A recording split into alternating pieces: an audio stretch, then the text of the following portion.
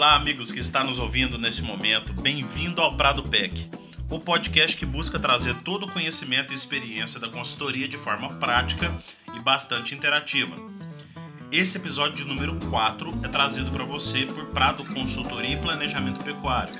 Essa é uma empresa voltada para a disseminação de informações e orientações em nutrição animal, manejo de pastagem e gestão das propriedades rurais. Eu sou o Neto Prado, zootecnista e consultor, e junto comigo aqui eu tenho o grande professor Gilmar, também zootecnista e uma das maiores referências em assessoria e nutrição de ruminantes e manejo de pastagens do país.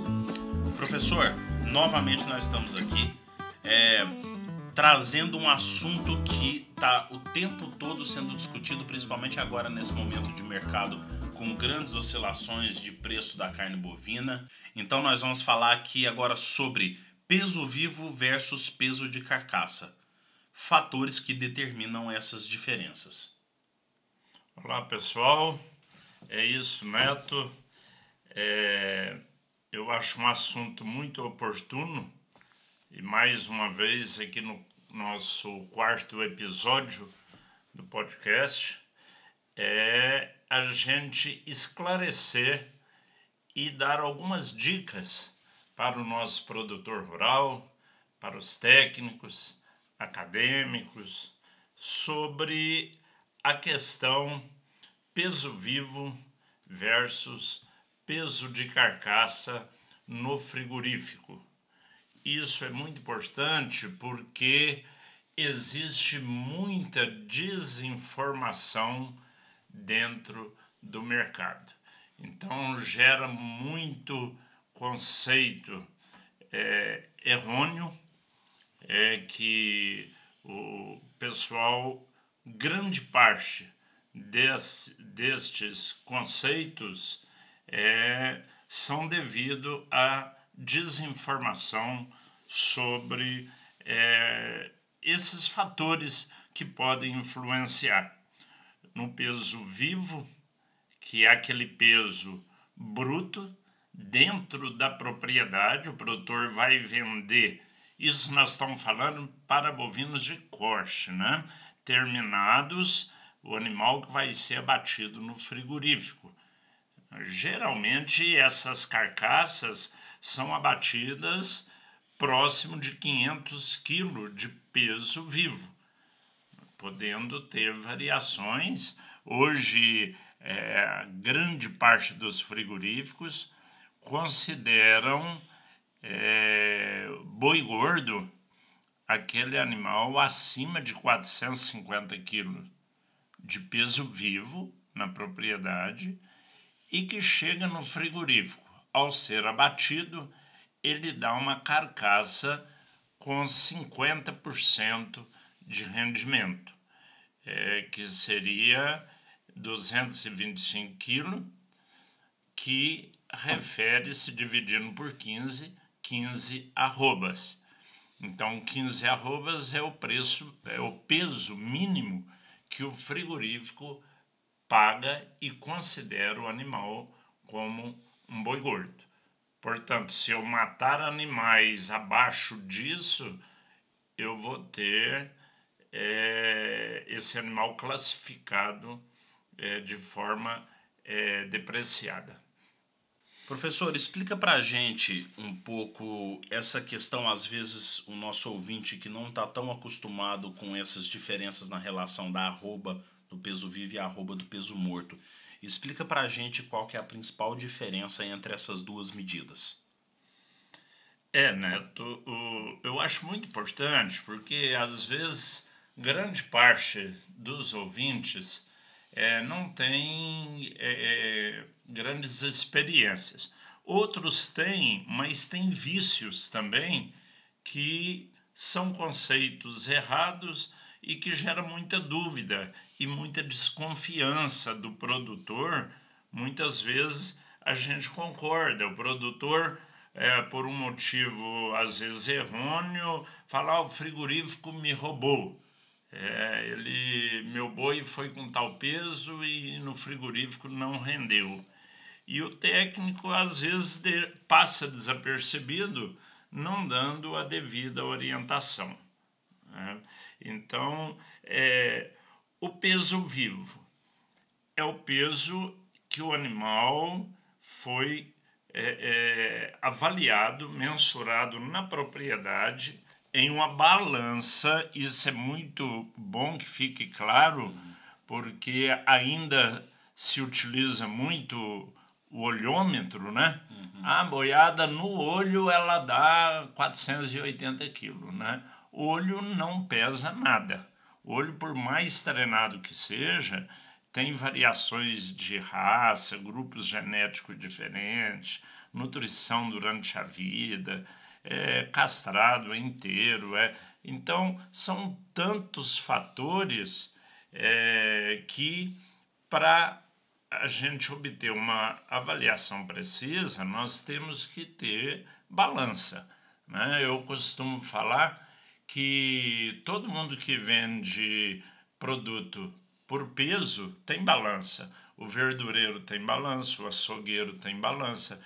E o produtor rural, às vezes, ele vende o boi dele por peso e não tem balança. Então, é a principal ferramenta do produtor de gado de corte. Ele tem que ter balança.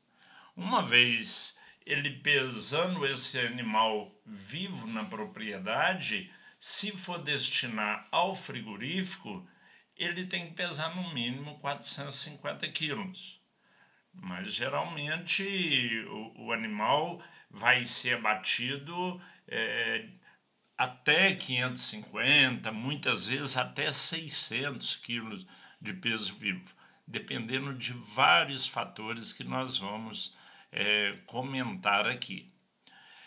O certo é que eu, enviando esse animal para o frigorífico, obtive o peso vivo dentro da propriedade, vamos dar um exemplo, 500 quilos, aí ele vai para o frigorífico vai abater esse animal, vai retirar couro, vai retirar cabeça, vai retirar sistema digestivo, com vísceras, tudo, e vai dar o peso da chamada carcaça, que geralmente são duas partes, uma parte direita, uma parte esquerda. No mercado de carne, conhecido até como vaca casada. A vaca casada são as duas carcaças, direita e esquerda, do bovino. Não quer dizer não necessariamente que seja vaca, pode ser macho ou fêmea. Então, as duas carcaças, vamos dizer que pesaram 50% de 500 quilos, 250 quilos. Então, a gente divide o menor pelo maior, 250 quilos, dividido por 500 quilos, deu 0,5, ou rendeu 50% o boi. 50% do peso bruto virou carcaça. Isso porque o frigorífico compra do produtor rural a carcaça. Frigorífico não compra barriga, não compra rume, não compra cabeça e não compra couro. Ele compra a carcaça. Bom, vale lembrar que a arroba peso morto no frigorífico, como o frigorífico pesa as duas carcaças, ele divide por 15 e obtém o peso em arroba, né? Então, um boi de 450 quilos rendeu 225, dividido por 15 quilos, são 15 arrobas. No campo, na fazenda, quando o produtor pesa vivo, ele considera sempre 50%. Isso porque no animal magro, o rendimento de carcaça, se eu abater esse animal, que não vai ser abatido, é claro, ele é muito próximo de 50%. Porque imagine que o animal magro tem pouca carne e tem pouca gordura. o sistema digestivo é o mesmo, o couro é o mesmo, a cabeça é a mesma, casco, tudo que nós chamamos de componentes não carcaça. Então, ele refere-se a 50%. Portanto, um animal de 450 quilos, ele, teoricamente, ele rende 50%. Então, toda vez que um produtor vai comprar um animal magro, é praxe, dentro da fazenda, o comércio aplicar 50%. Por isso, muitas vezes, o produtor, o técnico, o acadêmico aí fica em dúvida, porque o pessoal utiliza a arroba do boi magro 30 quilos. São 30 quilos, a arroba do boi gordo 15 quilos. Não é que são 30 quilos, é que eu pego um boi de 450 quilos, divido por 30, porque é a mesma coisa eu dar 50%, que seria o provável rendimento dele, né? Cai pela metade, e depois dividir por 15. Então, é praxe todo mundo que trabalha com animal magro, para avaliar na propriedade, pegar o peso vivo e dividir por 30 para dar em arrobas. Por exemplo, muito comum em novilhas, né? A novilha está pesando 300 quilos, o produtor fala, está com 10 arrobas. Por quê? 10 arrobas seria se ela fosse abatida na propriedade. Na verdade, bruto está dando 20 arrobas, mas como ela rende 50%, eu considero 10 arrobas. Então é bom que fique claro isso aí, que muita gente fica em dúvida, né? Arroba de animal magro, 50%, pode fazer diretamente o peso vivo bruto dividido por 30.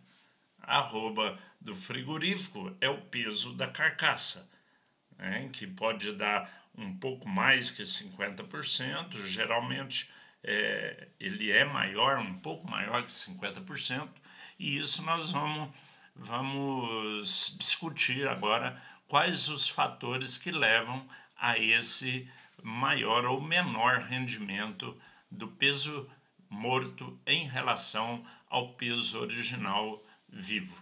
E é tão padrão, né, professora, a utilização desses valores de 30 quilos para peso vivo, arroba do peso vivo, e 15 quilos a do peso morto, que geralmente quando o animal vai ser abatido e ele dá um rendimento aí de 54, 55 de carcaça, a gente nem muda o valor desses parâmetros de arroba, e sim fala no peso vivo, ele deu, por exemplo, 19 arrobas. E no peso morto ele rendeu 2 arrobas a mais. Ele foi para 21 arrobas, por exemplo, dependendo, você pegar aí um rendimento de carcaça de 56, 57%, o animal ele rende praticamente 2 arrobas a mais. Então é muito importante até para o produtor perceber o valor agregado no animal quando ele conseguiu dar um tratamento mais energético. Ele não fica tratando em cima de parâmetros. Ah, não, então a arroba do peso vivo foi X. Não, a arroba do peso vivo foi 30 quilos. Mas o animal rendeu 2 arrobas a mais quando ele foi para o frigorífico. Sinal que o esforço, o investimento que o produtor fez na suplementação, no cuidado correto com as pastagens, rendeu 2 arrobas a mais para ele lá no final no frigorífico. Agora, professor, o que você considera que são parâmetros? Quais que são as principais referências que a gente tem para esses pesos? Neto, é bom lembrar, antes de qualquer comentário, que essa diferença que o produtor consegue vender o seu bovino acima de 50%, ela pode ser o lucro do produtor. Então, é muito importante que não só a nutrição, né, como você disse, é um dos principais fatores que determinam o aumento do ganho de peso e do rendimento da carcaça, mas muitos fatores. Outro fator muito importante é a genética do animal, né? Animais melhorados geneticamente vão produzir carcaças mais pesadas. Os parâmetros hoje, vamos dizer assim, o padrão é aquilo que nós começamos a falar, de 450 quilos para baixo, considerado boi magro, né? Não é valorizado como arroba do boi gordo. Geralmente você tem aí a arroba da vaca, que fica aí entre 10% e 15% abaixo do valor da arroba do boi gordo. E esses animais, quando são abatidos abaixo de 450 quilos e rendem menos que 225 quilos de carcaça, eles são classificados como vaca. E aí, então, vai pagar menos. E faz sentido, porque é uma carne... Imagine que o osso do animal é o mesmo, como ele está muito magro, você está vendendo muito mais osso do que carne. Então, a valorização tem que ser menor mesmo. Imagina essa mesma carcaça, se sair ao invés de 450 quilos, ela for abatida com 550 quilos, o sistema digestivo é praticamente o mesmo, o couro, a cabeça, os cascos, todos os componentes não carcaça são os mesmos. E o animal aumentou 100 quilos de quê? De carne. Carne e acabamento, alguma gordura para acabamento. Então, eu acho que na prática, para o boi gordo, tem muitos fatores que determinam qual o peso ideal para matar um boi gordo, mas, a princípio, vamos dar uma referência bem... quanto melhor a qualidade do animal, mais compensa investir e aproveitar a carcaça dele para colocar mais peso na mesma carcaça. Então, se eu tiver animais melhorados geneticamente, uma nutrição boa, vamos dizer o animal ideal, eu posso matar esse animal de 550 a 600 quilos de peso vivo. O americano hoje mata muito boi de 600, 650 quilos de peso vivo, devido ao intenso melhoramento genético. Hoje nós temos a reposição muito cara, a arroba do bezerro. Quando o produtor vende boi gordo e vai repor bezerro, ele paga um ágio hoje, média do Brasil, de 20% a mais, né? Então, se a arroba do boi gordo dá R$200, ele paga na arroba do bezerro para repor em torno de R$240, 20% a mais. Então, isso é muito importante, a gente saber, entender de que a outra forma de avaliar com animais de pior padrão genético é válida também. Um animal que tem baixo padrão genético, não tem boa capacidade de ganho de peso, não adianta eu querer colocar 550, 600 quilos nele. Então, existem características externas que nós vamos avaliar, principalmente pelo posterior, olhando o animal o lado traseiro dele, o posterior, em que determina que aquele animal já está com um acabamento pronto e não vai mais que aquilo. Ou o custo fica muito alto se eu tentar colocar mais peso nesse animal. Então, animais de baixo padrão genético, eles vão dar aí pouco acima de 15 arrobas, 16. Né? Se eu pegar 30 anos atrás, a média de abate de boi no Brasil, das carcaças, eram 16 arrobas. Né? À medida que o melhoramento genético vai chegando, começam a matar boi de 17 arrobas, de 18 arrobas.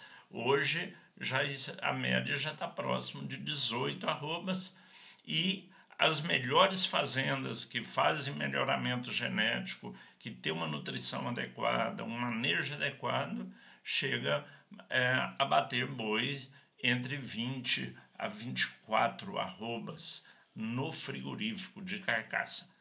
Isso, então, valorizando a carcaça e diluindo aquele ágio que eu paguei no bezerro de 20% no início. Imagina se eu pago um ágio de 20% e coloco só mais 6 a 8 arrobas nesse bezerro. Não, aquele ágio vai ser diluído só em 6 arrobas.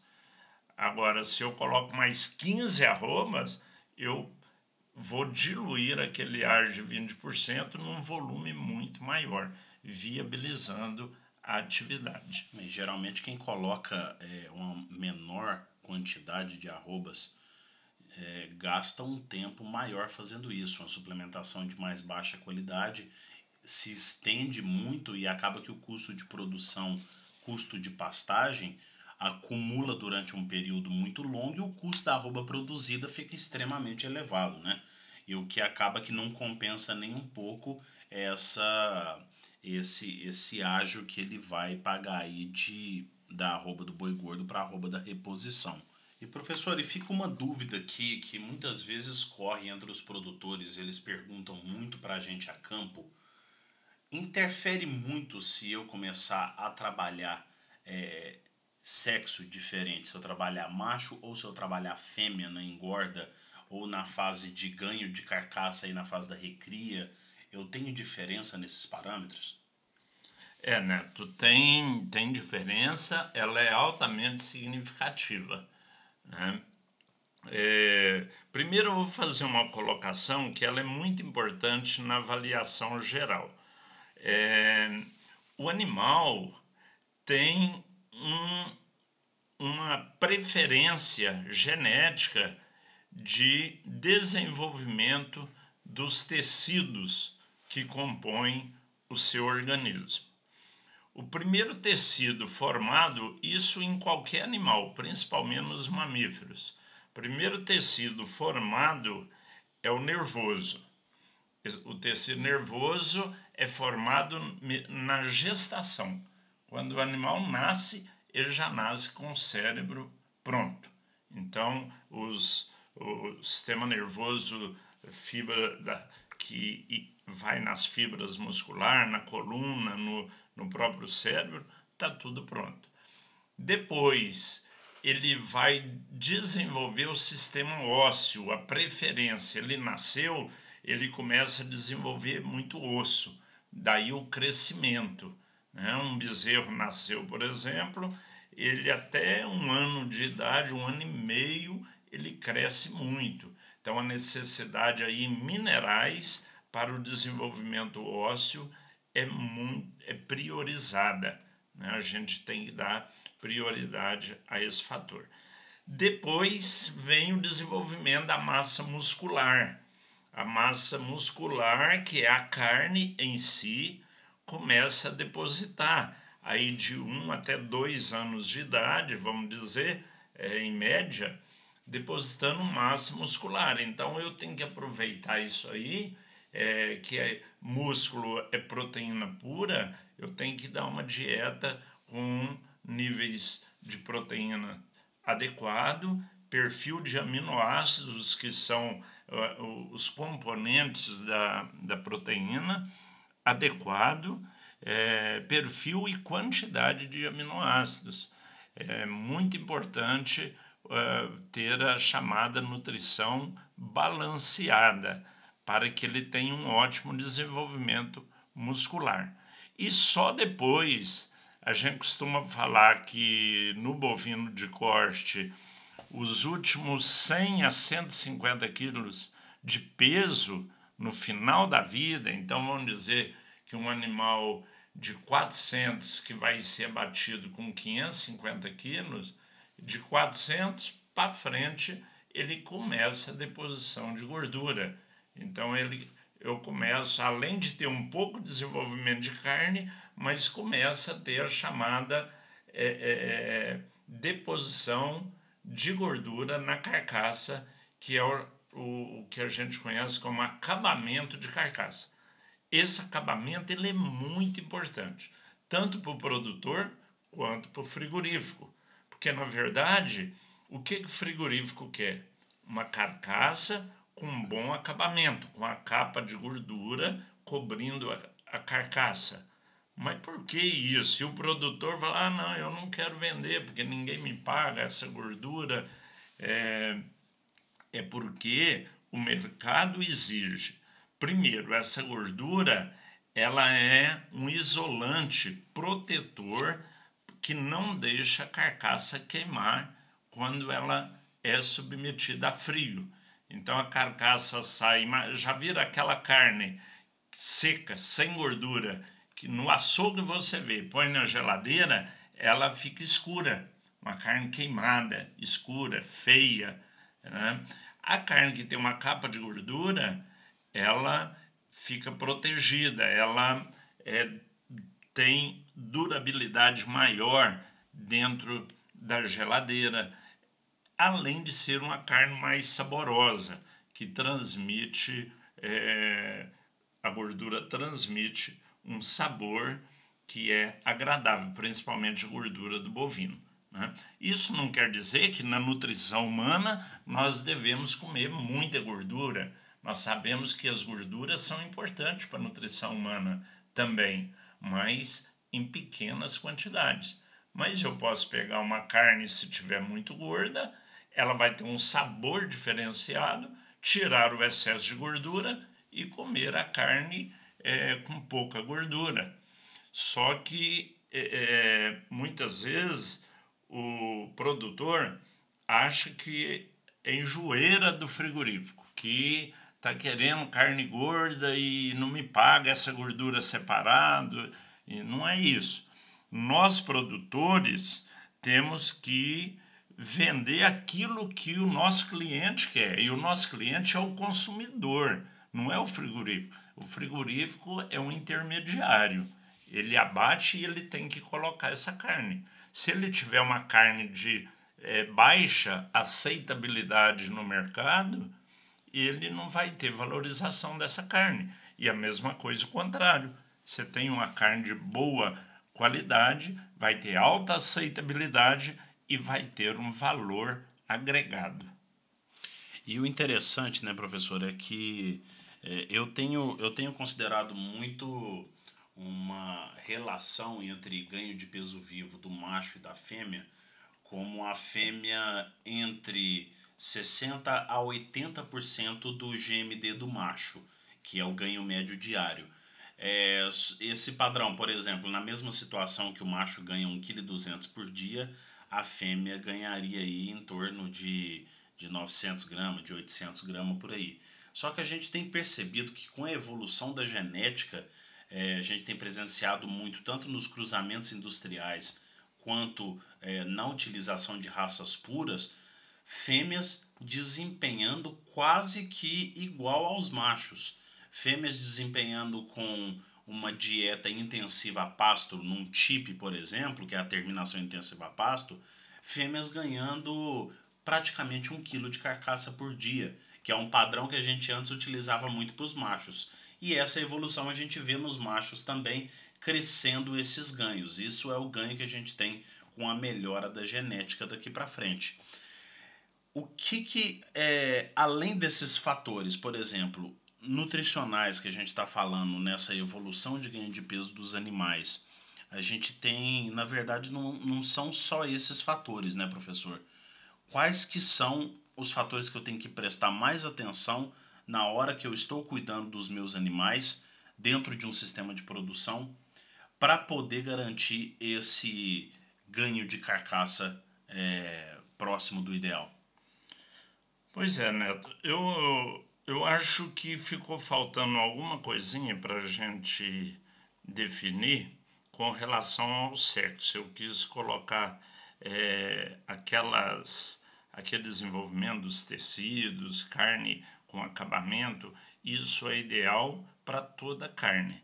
Agora, é claro que as fêmeas ganham menos peso do que os machos.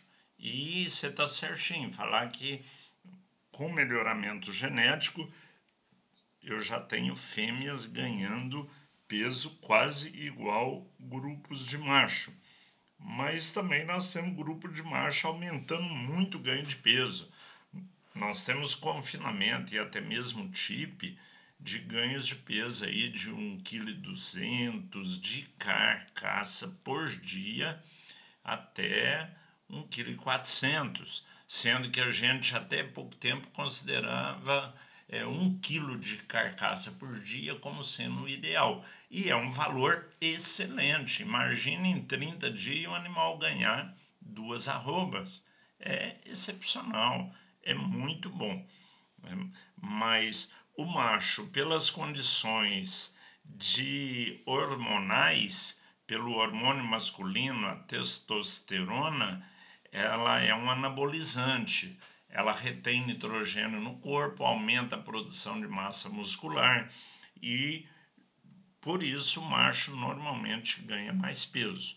Então, é comum matar machos no frigorífico de 18 até 22 arrobas e é comum matar fêmeas mais leve, entre 11, o peso mínimo do frigorífico para machos é 450 kg, 15 arrobas, e para fêmeas é geralmente 300 kg, 10 arrobas.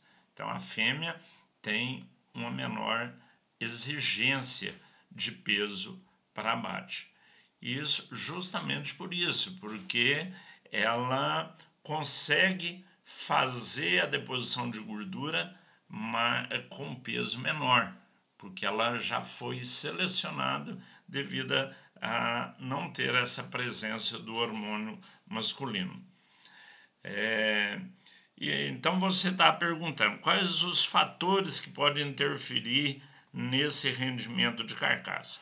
Olha, além do fator sexo, né, que geralmente a fêmea, mesmo gorda, ela vai render muito próximo de 50%, magra às vezes ela não chega a 50%, é muito comum fêmeas dar 48% de carcaça em relação ao peso vivo, se ela tiver magra, né? Mas ela gorda próximo de 50%, chegando até 52%. Existe variações aí que vem aparecendo muito nos grupos de melhoramento genético. Tem muita fêmea aí já sendo abatida com 18 arrobas e rendendo 54, 55%. Tá? Mas ainda não é representativo quando falamos em nível de Brasil. Tirando essa parte de sexo, a idade é o principal fator do rendimento de carcaça. Animais muito jovens, às vezes, não conseguem fazer aquela sequência de deposição de osso, massa muscular e gordura. Então, ele, com um pouco mais velho, ele chega melhor a essa condição. Outro ponto muito importante é a raça. Tem raças que são pesadas geneticamente, né? Como nós temos, por exemplo, na raça europeia, o charolês. É um animal muito pesado, né? E um pouco mais tardio. Isso é característica genética da raça. Então, eu mato charolês tranquilamente com 22, 24 arroba, muito fácil, né? Só que eu demoro um pouco mais. Ao passo que se eu pegar um Angus, nós já temos Angus que dão peso muito alto, tá? Mas é uma raça que consegue fazer acabamento um pouco menos peso, né? com 18, 19 arrobas, você já consegue fazer acabamento. E é importante dizer também que dentro da própria raça tem linhagens, tem touros que transmitem filhos que nós chamamos de frame. Frame alto, por exemplo, dentro do Angus. Eu insemino minha vacada Nelore com um Angus de frame alto. Significa que os filhos desse animal vai dar acabamento pesado. Eu tenho que pôr muita comida nele para ele conseguir matar esse animal de 20, 22 arrobas para dar acabamento. Se eu quero matar animal mais leve, 18 arroba, ele já ter gordura, eu tenho que optar para um animal de frame mais baixo. E aí hoje o mercado tem isso, as empresas de melhoramento genético, as centrais de inseminação, têm os catálogos dos touros com todas essas avaliações. Depois da raça, vem o fator nutricional, que eu acho que é um dos mais importantes. Eu costumo falar que o boi não é feito durante 30, 60, 90 dias. Muitas vezes o produtor pega uma boiada e fala, agora eu vou engordar esse boi, então quero tratar 90 dias para ter um resultado violento, né? E não é bem assim. O animal, eu costumo falar que ele é construído. Ele deve ser bem nutrido desde dentro da mãe dele, desde feto. O feto bem nutrido produz animal com boa capacidade de ganho de peso. Um feto que passa fome já cai no chão animal que vai ser ruim ganhador de peso, né? A natureza ela é perfeita. Ela já dá um aviso. Ó, o negócio lá feio está fora de série. Então, nós não podemos sair um animal com alta capacidade de ganho de peso que não tem comida. O pessoal não dá comida. Então, já nasce um animal, é uma adaptação, um animal que vai se defender, ganhando menos peso, porque aí ele exige menos comida. Então nós temos que cuidar do animal desde a barriga da mãe, depois quando nasce amamentando no pé da mãe, desmamou, continuidade. Eu falo que dentro da engorda, um ponto mais importante que tem é que o animal não pode diminuir o nível nutricional durante a vida dele, né? Se eu não posso tratar pesado do animal, começa leve e vai subindo durante a vida dele até o abate. Nunca começa muito alto e baixa, porque aí você destrói tudo aquilo que colocou, né? E essa nutrição bem feita, hoje nós temos tecnologia para produzir um boi para dar acabamento aos 3 anos de idade, que já é um bom animal, mas podemos abater aos 30 meses, aos 24 meses, aos 18 meses, né? Isso tudo vai depender, então, da idade, da raça e a nutrição principalmente. Essa nutrição ela tem que ser sempre equilibrada. E para saber qual a melhor nutrição para o seu rebanho, procure um especialista. Procure uma pessoa que tenha vivência com essa questão de manejo nutricional, né? Então, ele vai dar, vamos dizer, durante a recria, bezerro crescendo, um alimento bem rico em minerais, durante o crescimento rico em proteína para desenvolver músculo, durante o acabamento rico em carboidratos, gordura, para dar a deposição final de gordura na carcaça.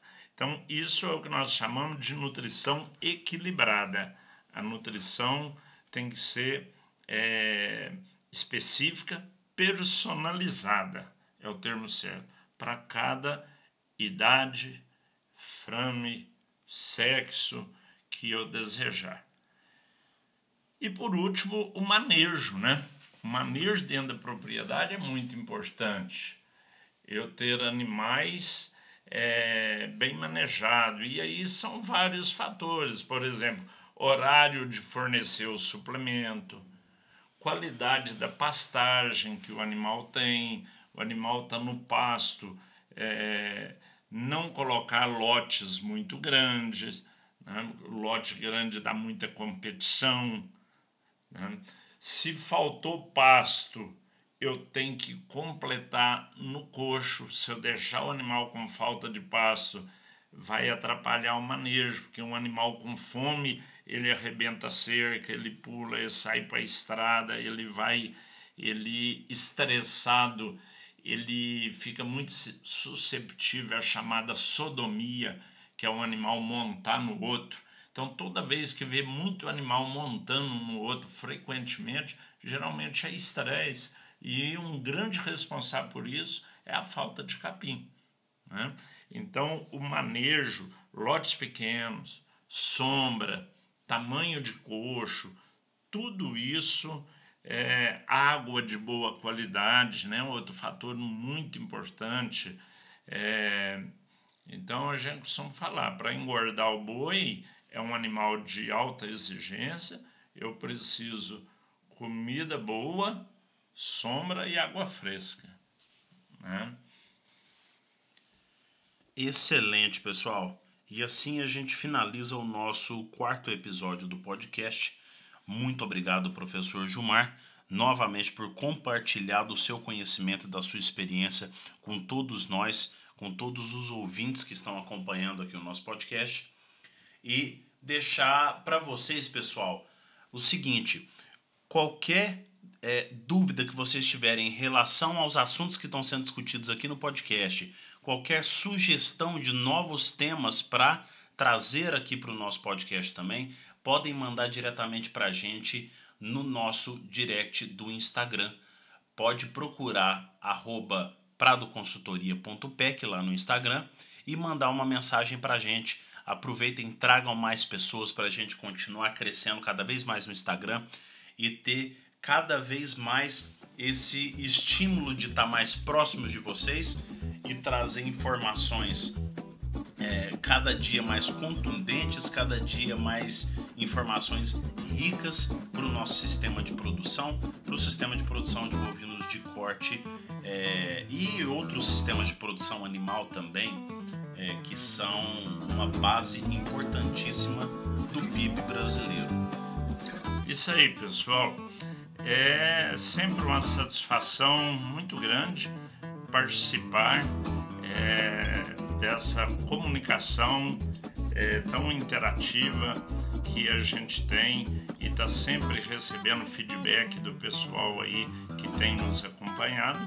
Espero que o assunto tenha servido aí para o dia a dia de vocês, para utilizar na sua fazenda, para levar até um amigo a informação, para orientar um produtor rural, um cliente seu. Então, nós estaremos sempre trabalhando nesse sentido de trazer assuntos práticos com dicas já bem firmes de medidas que, quando adotadas dentro do sistema de produção, elas vão trazer melhor produtividade e, com isso, aquilo que o produtor deseja, né? Maior lucro na sua propriedade. Muito obrigado pela participação de todo que está nos acompanhando aí e até uma próxima oportunidade em breve.